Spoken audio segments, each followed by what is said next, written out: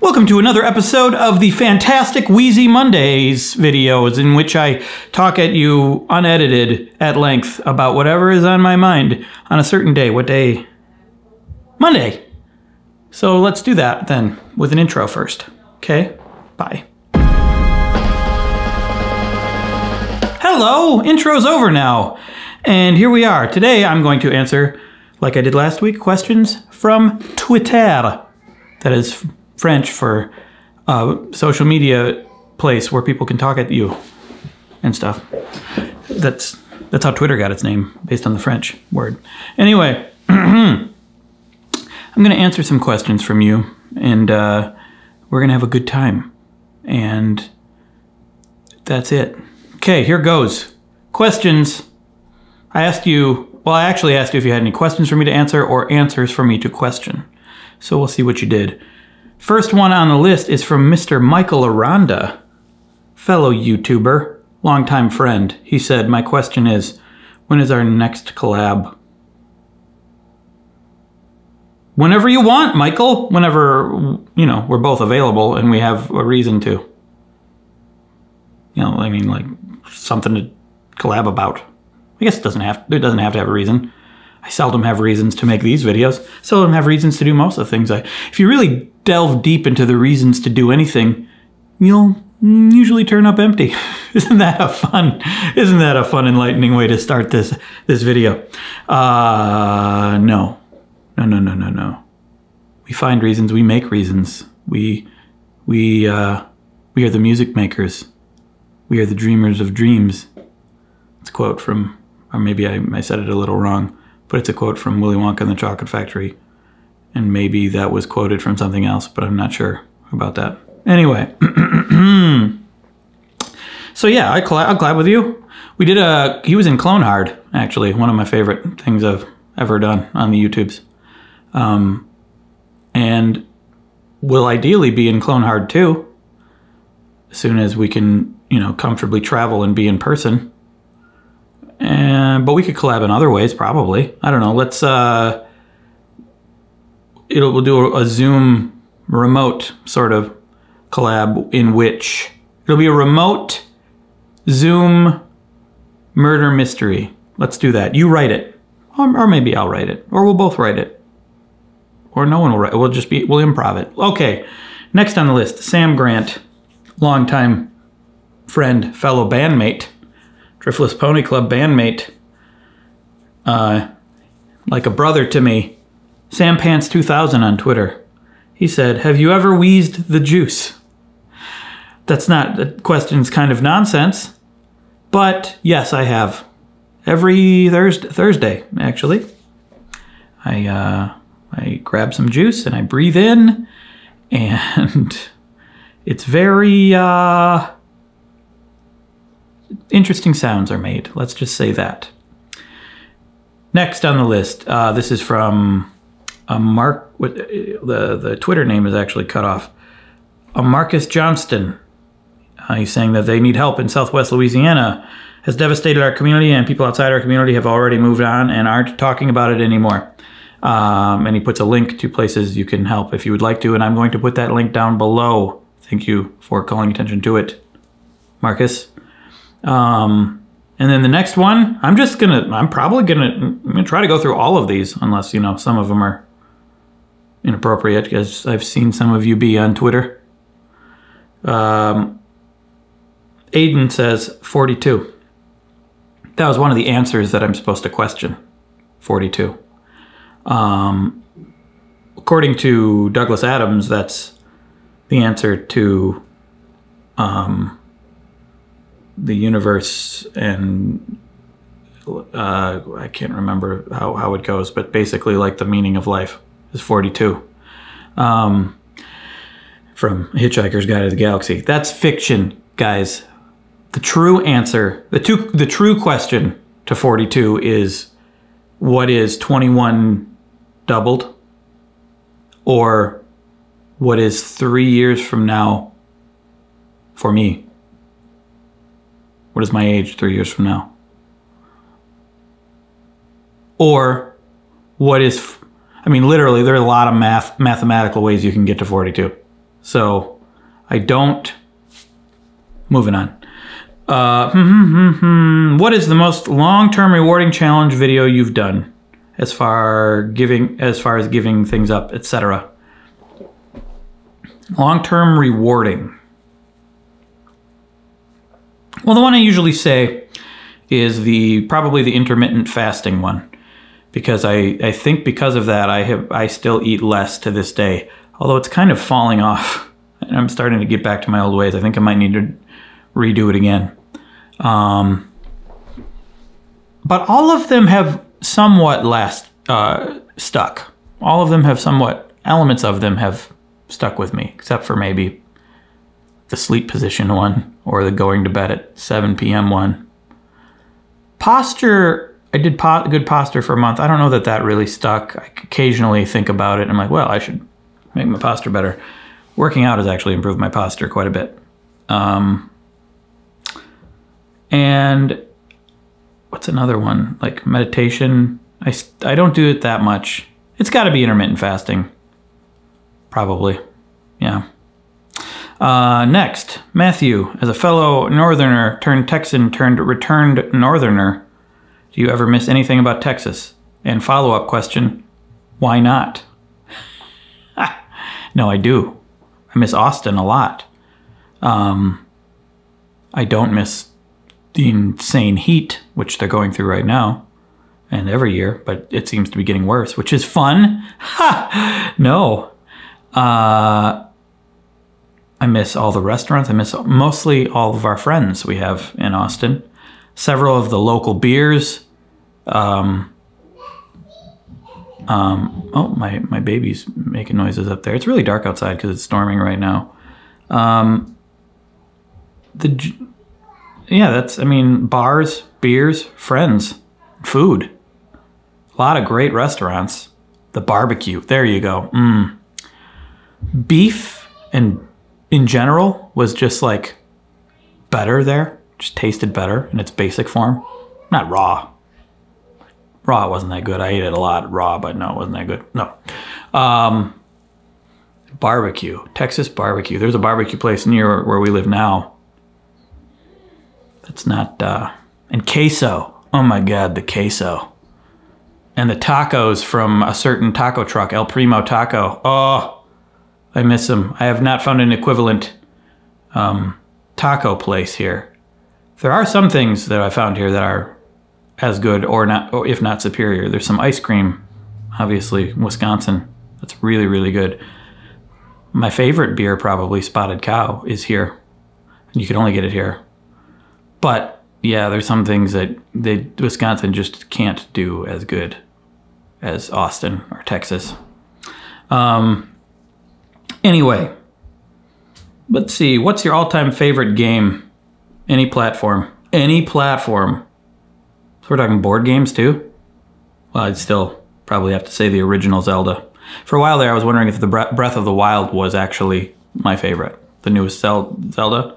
No, the original NES Zelda is probably my favorite. I can pick that up. I played that so much as a kid. I could pick that up. I think I know where nearly everything is in the quest. The first quest, there's 2 quests. And so many memories of just trying to figure it out with friends growing up. And it was the first of its kind. And it was amazing. It's amazing to me how they got so... What's his name? Miyazaki? Or is that the filmmaker? I don't remember. The guy who created Mario and Zelda. They got so much right off the bat. Like, it achieved perfection in video games right away. Where do you go from there?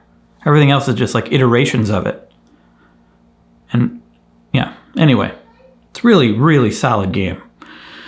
How's Aydah doing? She's doing all right. Occasionally she has moods, as we all do. She's adorable, and she's learning lots of things, and she's very curious, and as she gets older, she becomes more fun because I can almost have full conversations with her. It's pretty nice. you know, I like her a lot. In fact, I love her. So, what's something you didn't expect? That was from a series of different triangles. And then Love Kim says, what's something you didn't expect? I'm saying their Twitter name that they put in, not their actual @ handle. Maybe I should say that. The last one was @. Well, then I have to go through all of them. Too late. Sorry. I'm just gonna do what I do. What's something you didn't expect to happen before you became a parent when you become a parent? Something I didn't expect to happen. There are two things. I saw this question before I started. I haven't read most of these though. I just we're going off the cuff here. Two things that I thought of that I didn't expect. I didn't expect what was I gonna say? I didn't expect that aydah. I didn't expect that I would make dad jokes as much. I mean, everyone's like, what? Of course, you already made dad jokes. Yeah, no, more so. Like, a lot of people accuse me of dad jokes. I think the idea of a dad joke is ill-defined. I guess to some people, I think a dad joke is simply a pun. To some people, a dad joke is just a clean joke. I think it's more specific than that. I think dad jokes are particularly bad. I don't know, bad's not the right word, because some of them are hilarious. It's hard to say what a dad joke actually is. I think it's different for different people. But in general, it's clean, it's goofy and based on nothing. I make more of them, and I make jokes that my dad made, like the very same jokes that my dad made. And I don't do it on purpose. I just do it, and I think the reason is because you only have a limited amount of things to do to interact with your child because they can't speak. And when you find something, and it's a one-sided conversation. So when you find something that works, you try it a lot. You do the same joke over and over until it stops working, which is a dad way of doing jokes. And then you'll do similar types of jokes to the one that worked. And often, you only have your own mind to go off of. You're not working with anything because they're not offering anything. So you're kind of pulling things out of nowhere to be funny, and doing that unprompted, unplanned, over and over and over and over again is going to lead you down some deep dad joke territory. And you're going to make really dumb, bad jokes that are hilarious to your kid. So you're going to keep doing it because you want to interact with your kid, and you only have so many ways of doing it. And when you do it, it feels so good. It feels so good when they laugh. So it causes you to lower your standards of comedy and just do whatever you got to do. I think that's the best way I've ever explained a dad joke. Maybe the only time I've ever done it. But that's one thing. I didn't expect that I would get so dad jokey and even say the same jokes that my dad said that I don't even... Actually, I do like. I do like them. I didn't realize I liked them because I didn't think about them. Jokes would come back to me that I didn't remember that my dad said. He does one.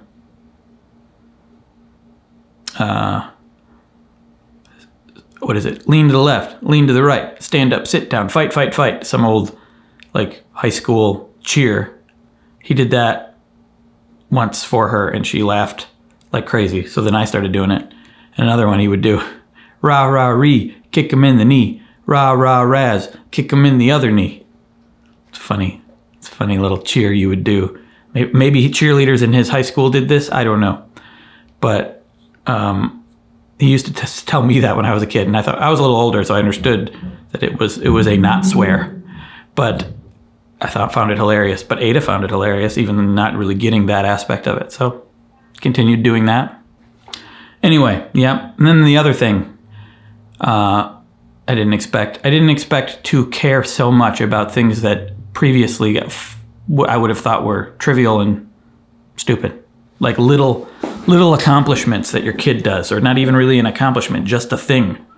Like the way, like her being able to balance a certain way or stand up by pulling on something, or being able to identify a light. Like it's like the most amazing thing in the world. Or just laughing and being happy. It's so amazing. And you, like, I want to tell people, my kid just smiled. Do you see that? You see that smile? That kid, look at how amazing that is. Putting myself in their shoes, Craig, a few years ago, would have been like, cool, bro. I'm gonna go back to the strip club. I was just thinking of an adult thing that someone would do when they're not a parent. They have to be home with their kid all the time. Actually, I don't like strip clubs, but I just think those little things make okay. Now that I brought up strip clubs, I don't have anything against strip clubs. I personally just don't like going to them. Anyway, I just think those little things just seem so much greater, especially because you've been seeing this kid, our kid in particular, was crying and screaming nonstop for weeks and weeks and weeks after she was born, months. To finally see her be happy was like, oh my God. And then every little accomplishment, you're with her all the time. You see how helpless she is. And then you see a little bit of progress. It's like getting a new ability or item in The Legend of Zelda. Very small, incremental improvements, but they feel so good. You know, brought it back to Zelda. How do you work from home without being constantly glued to Twitter? I read off of Twitter from Joey. I struggle. I struggle a lot. Actually, I am constantly glued to Twitter sometimes. On days when I have a lot of writing to do or a lot of editing to do, I'm pretty successfully can avoid it. If there's an obvious task I have to get done, I just work on that. I can pretty successfully avoid Twitter. But on days where it's more of a idea generating day, or a day like today, where I don't have a immediate something due for a while, I get drawn in big time. Especially in the evening, especially if I like. Last night I was gonna watch something on TV and I pulled up my phone and I ended up being on my phone for like an hour just on Twitter. You may have seen my tweets. Very political, because there's a lot of horrible things happening, and especially now, it's like it's a hard. Because in the past, like being on Twitter was like you just felt bad because like this is dumb, this is pointless, this is just junk information that I'm taking in that I'm not going to use. But now you have that feeling, as well as maybe it's false, but it's a feeling that like you should be paying attention, you should be reading, you don't want to miss anything because what's happening is horrible, and you want to do something about it. And throwing out a few tweets probably doesn't do anything, but you want to do something. And so it feels important to constantly know the information that's constantly being thrown at you. Even though that I'm not saying Twitter's all bad. Like, it's a good place to find out a lot of things. It's a good place to see raw video that people upload directly from their phones to Twitter about what's happening. But it's also very misleading, and you're going to get headlines without reading the full articles or without getting context. So in those ways, it's bad. But those flaws are there with anything you take in. They're just particularly bad with Twitter, unless you avoid it. There are ways to avoid it. You can use Twitter to just find out what's going on, find out where to go, read more. As long as you go read more and learn about all sides of everything. I'm not saying like you have to learn balance for balance sake. You have to learn all sides for all sides sake. But just find out what actually happened from as close to the source as you can get. Or the sources. Anyway, it's hard. That's a hard balance because you want to feel like you're part of the world, and especially when you're locked at home all the time, it's one of the few ways you can interact with the world. And And today I've been falling into it a little because of my last night conversations. So I'm not that successful at it. How do I avoid it? I just have a deadline and I just force myself to avoid it. There's really no trick to it. Like, okay, sometimes I'll delete Twitter off my phone. I'll delete the app off my phone. I'll go through phases where I'll delete Twitter off my phone, and that does cut it out for me for a while. Like, I'll occasionally only check it on the computer, but I'll even check it on the computer less because I turned it off on my phone. So, but that's always temporary because there's always a reason to use Twitter because I have to use it for letting people know about things, or I want to learn about a certain thing that's happening. I'll go there first. So I'll go through a phase where I'll delete it and it'll be gone for a while and be pretty good, and then it'll gradually filter its way back in, and then I'll delete it again. I think it's with everything. Like, quitting stuff for a month is a way of resetting. Doing intermittent fasting for a month, making sure I'm walking enough a month, drinking enough water, which I'm doing now, meditation. It's all a way of resetting and then going from there. Rarely am I going to build a permanent habit that lasts the rest of my life, but it is good to check back in. So, like, I think and then maybe today I'm considering deleting Twitter off my phone again and then starting that cycle over again. I guess with whatever you do, don't assume they're going to have a silver bullet catch-all answer that lasts forever. It's always going to be a cycle. It's always going to be a process, life is a learning process. Anywho, moving on. What video was the most fun to make? It says X3ter.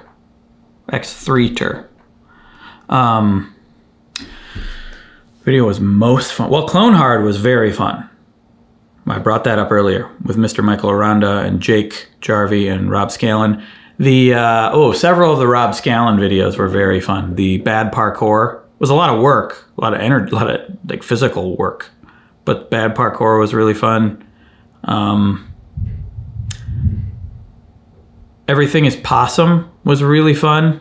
That's another one of my favorites, which is like several things to click on.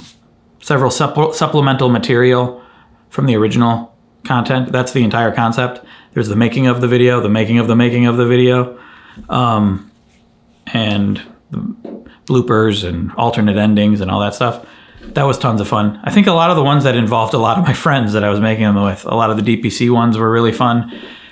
But then I also think about those videos also required a lot more editing. So the editing wasn't as fun. There was a cut because I had a card full. Audio listeners, the video cut. So now I'm back. I looked over all of my videos. I just I'm scrolling through them, thinking about what was most fun. And I'm thinking like, the ones I said, plus some of the earlier, like a lot of the tour video stuff, fun with my band was fun. I guess it's the more narrative stuff, the more like the storytelling stuff. Table Mystery was a good one with a bunch of clones where I'm telling it's like a short movie sort of story-based thing. When I'm realizing as I'm going through this that what I honestly think is the most fun. I didn't know that I was going to say this, but it's not the stuff I'm doing now, I guess. It's less fun. The stuff I'm doing now feels more rewarding. And it feels more like it has meaning and it has purpose. It's useful, which is a good feeling. But to actually make it is not as fun because it's harder. It's longer videos. It requires a lot of research, a lot of writing, a lot of making sure that I'm conveying what I need to convey. Whereas the older stuff, the older comedy stuff was really just about being funny and making sure the story worked, sort of. It was sloppier. Which partly why it was fun. I didn't worry as much about it, I guess, about the final product. And also I think that I'm more naturally inclined to just tell a funny story. It's kind of more my wheelhouse. What I'm doing now, I think this is also my wheelhouse, what I'm doing now. It just requires more focus and energy. So that's interesting, because ultimately what I think I want to do, which I've said in these videos, is that I want to make movies. And it makes sense now that I'm saying what I've found most fun, making Clone Hard. Clone Hard was also a lot of work. We also had to manufacture this story, this complicated story, which takes a lot of focus. And now I'm thinking a lot of other of those, that style, are coming to mind. A lot of the stuff I did with Corey Vidal with the lightsaber battle stuff was really fun. All that silly, like, cinematic stuff. And I think ultimately that's what I want to do. I want to make movies, and that makes sense. On the other hand, like, I don't want to just go back to that on YouTube all the time, because I stopped because it started to feel like it didn't have meaning for me anymore. It was hard to motivate myself to care, because I did that same thing for so long. Or maybe I just wasn't putting enough effort into it. I don't know. Maybe I'll cycle back to that kind of thing. I probably will in the near future, based on what I'm saying now, especially. Yeah, like, I'm looking at these. I'm really proud of a lot of these videos that I did, these recent videos. I'm looking at, like, no caffeine for a month. Great. The 10-minute rule video, that one did way better than I expected. People like it. Meal planning. All of these videos, when I look at them, I think I'm very proud of that, and I think it accomplished what I wanted it to accomplish. But I don't think about it being fun while I was making it, because a lot of the time it was stressful to make sure. A lot of editing. It was a lot of editing. And that's partially why I'm going down to 2 a month now instead of, like, once a week, because that takes its toll, all that energy it takes. So it's always about trying to find that balance of making it rewarding, but also making the process, fun enough and easy enough to be able to keep doing it. And I'm going to keep doing this kind of thing that I'm doing lately for a while, because I still like it. I'm really proud of what I'm doing, and I still have the energy for it. But it probably won't be forever. And now I lost my tab not the drink tab. I never had that, but I lost my Twitter tab. There it is. I know you were thinking tab the drink. Do you have a favorite era of video making? Each apartment feels like a chapter. That's very on point with what we were just saying. Tom D. Camp. That was his actual Twitter handle. So you could divide eras by which apartment I was in, but you could divide eras by what kind of style I was doing too. Like, there was the original apartment, there was the second apartment, there was the third apartment, fourth basement apartment, and then there was the Good Stuff office, where I made things for a little while. There was Austin, there was DeKalb, Illinois, and then there's here. Those are different eras, but then there was also the Casey Neistat kind of vlog style videos I was doing for a while. There was while I was in Austin, I did some bigger narrative stuff, but then I also did like every weekday kind of thing. I try a lot of different things. That's kind of where I was kind of scrambling to try to figure out what I was going to do. And then in DeKalb, I did these like long form things that were kind of a hodgepodge of various like documentary style interview stuff combined with like Wheezy style narrative stuff, which looking back, I don't really like, but I'm glad I did it, because it was me kind of finding my way to what I'm doing now. I mean, it's not that I dislike anything that I've done really, or regret it, but that's not my favorite for sure.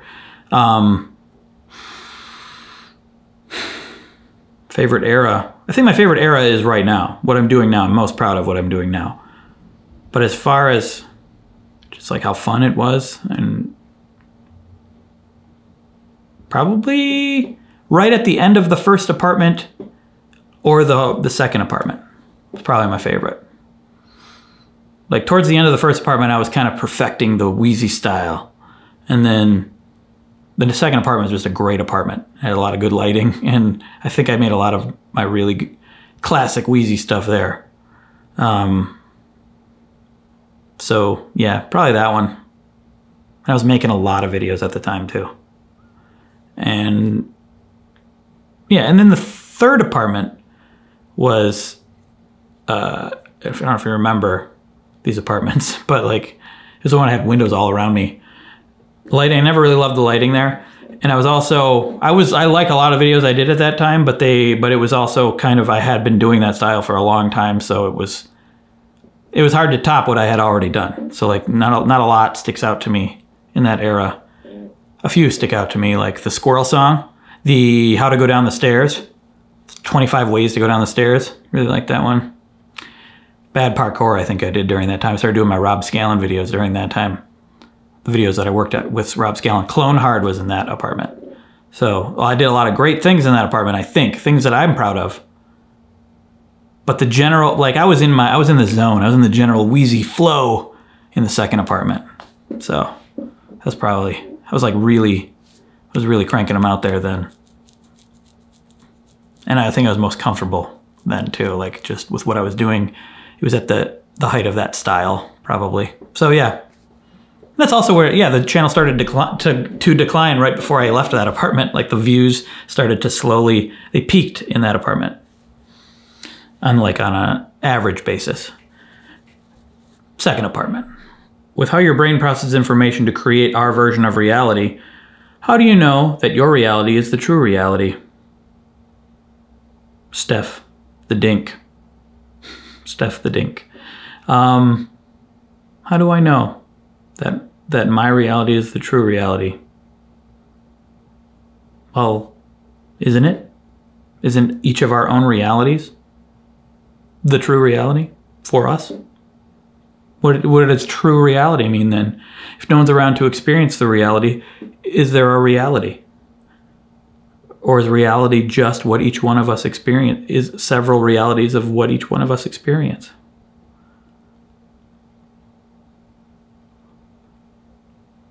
Hard to say. Because if there's an objective reality out there, does it even matter if no one's really experiencing that? We're all experiencing our own version. It's interesting. It's interesting. I'm going to move on. Let's see. Ben Johnson Films. Will you give my channel a shout out? I'm almost at 50K subs. Sorry if this is obnoxious, but I thought it'd be worth a try. I love your stuff. Ben Johnson. Check him out. Ben Johnson Films. I hope all of his stuff is appropriate. Congrats on almost 50,000 subs. It's a big deal. I remember I was like pushing to get to 70,000. To around 70,000 is when I quit my job to do it full time. When I was making them every weekday in the morning before going to work. So I don't know if it's still the same these days, what you can do at 70,000, but you're almost at where I was when I went full time. So good luck. Tom Holloway said 42. We've already discussed this. Which is your favorite Robin Williams movie and why is it Hook from 1991? Babbling Goat. Well, it's Hook because of, I believe Dennis Hoffman. Dustin Hoffman. I think that sounded right. And Rufio. And I remember seeing that movie in the theater and loving it as a kid. And the scene where they pretend to eat food that doesn't exist, but then it turns into actual food that they do a food fight with. Loved it. Not my favorite Robin Williams movie, though, actually. What is my favorite Robin Williams movie? I have to think about all the movies he's been in. I remember really liking Fisher King, Terry Gilliam movie. Strange Terry Gilliam movie. I remember really liking Good Will Hunting, but would you consider that a Robin Williams movie? Maybe. Like I prefer his more dramatic role movies. Like his comedy movies tend to be really, what's the word? Cutesy? Really like too sentimental and too kind of oversimplifying everything. I'm trying to think. Like, Aladdin's pretty great. I know there's one. There's one that I'm not thinking of that's like really solid. Which one is it though? It's a good question. We're gonna look up Robin Williams right now. We're gonna look at his filmography, and we're gonna decide. We're gonna decide once and for all the greatest Robin Williams movie. We got where's the list? Come on, give me the list. Give me his filmography. Wikipedia. Should have gone to IMDb. Dang it. Oh, here. Wait. Filmography. No. Oh, that's a whole separate page just for his filmography. Wow. Okay. Popeye, not so much. Good Morning Vietnam, pretty great. Great, strong word. It's good. Adventures of Baron Munchausen, another Terry Gilliam. I liked it. Not his best, probably. Dead Poets Society, pretty good. I remember kind of having mixed feelings about some of it. Awakenings, pretty good. Shakes the Clown, strange. And it's got its moments. Fisher King, really like it a lot. That one's up there. Aladdin, really good. Mrs. Doubtfire, hilarious. Not my favorite, but hilarious. You got your Jumanji. You got your Birdcage. I like the Birdcage a lot. You know, a lot of Good Will Hunting. Out of all these movies so far, I think Good Will Hunting, objectively to me, is the best movie. I think out of all of them, like actual, but he's not like the main. He's a big part of that movie, I suppose. And then you got 1 Hour Photo. That's a disturbing one. I liked it. I never saw Death to Smoochie. I saw Insomnia. It's a medium Christopher Nolan movie. Man, a lot of his movies, like Robin Williams as a man, love him. Hilarious. I mean, I don't know everything about him. Maybe there's things I don't want to know. But the movies themselves, none of them are like absolutely like the best movies ever in the world. They're just a Robin Williams movie, you know? Like his later ones, I'm not even recognizing several of these. World's Greatest Dad. That was also directed by Bobcat Goldthwait. He directed Shakes the Clown, which was a very odd movie. World's Greatest Dad, also a very odd movie. I liked it, but a little bit disturbing. Gotta say, Good Will Hunting. Gotta say it. I guess I already knew. And with honorable mention for 1 Hour Photo, which I haven't seen. I saw it in the theater, but I don't really remember that much. See, like his big, straightforward comedies. And Aladdin. We'll say Aladdin, even though he didn't get along with Disney after he made that. But there you go. So I'm glad you know that now about me and my opinions of Robin Williams. I love him. I made a video about him after he passed. What is your favorite question to be asked? Not this one. Sorry, Sam. Coulda. I think we're gonna wrap it up because this is becoming quite a long one, isn't it? I'm lost track of time. I don't know when the card got full on the camera, and that's how I go by how long these videos are. Don't want to go too long because when I went 45 minutes, a lot of people are like, 45 minutes, I can't watch this. Even though it doesn't matter, you don't have to watch the whole thing. I'm not asking you to do anything. So it's just more that you could watch, you know? Now I'm looking at more questions. I still want to do a few more. Let's do a few more. Are you still doing yoga? Since I started doing the strength training, I've been stretching after strength training, but I haven't been doing yoga because it's too much time. The working out takes a bunch of time, and then to add on top of that yoga. I just haven't been doing it. I should. Should I? What should anyone do really, besides not hurt other people? Will you join me in fighting evil through the universe? Sandsphere asks. How much money do I get? We'll talk. Or we won't. We'll see.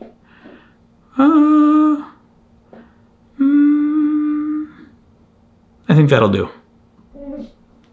Thank you for listening to my babble and my rabble about your questions and such.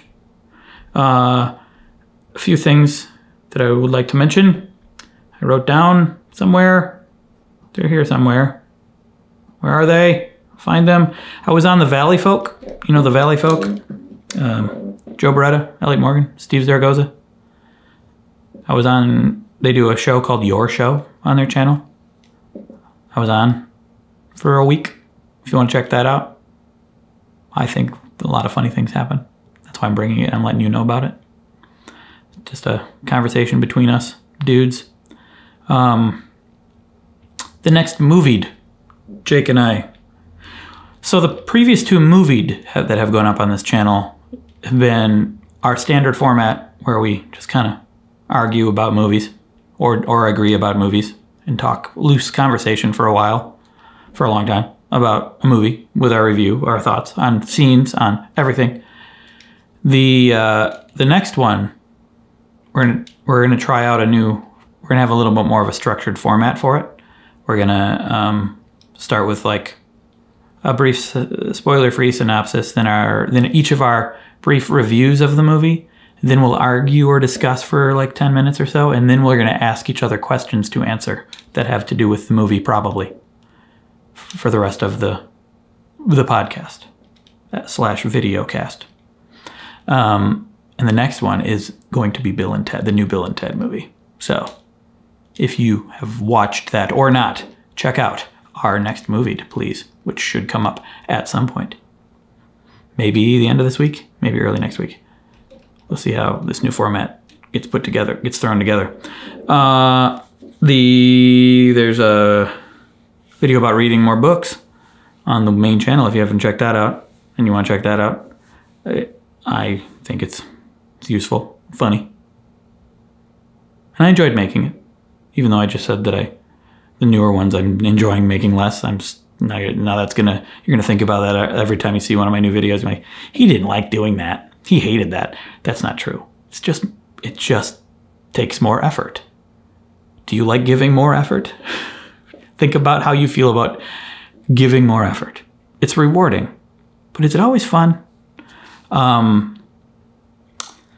Patreon now has a annual. You can pledge annually as opposed to monthly if you'd like to. That's activated now. Leave a comment with questions for the next WheezyNews. I don't know if I'm going to I might incorporate answering questions a lot more in this.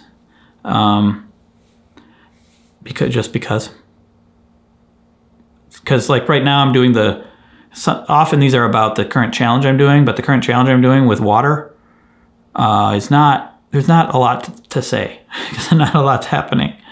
And I'm sort of in a transitional mode right now where the next several videos, I'm making less videos on the channel. I've just switched over to that and I'm kind of figuring things out.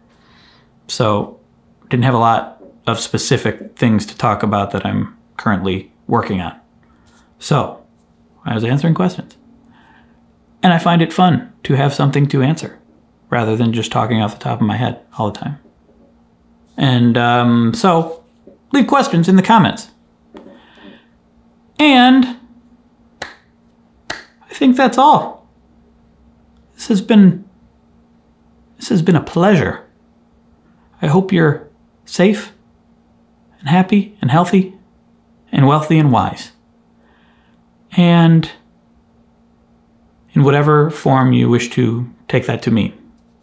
Metaphorically, literally, what have you. That's about it. Thank you. I do these kind of videos every single weekday on Patreon. Much shorter than this, but every single weekday I do these videos. For patrons, if you want to support me over there. Like, subscribe, comment! This is a podcast as well, if you want to just listen instead of looking at my ridiculous mug. Bye.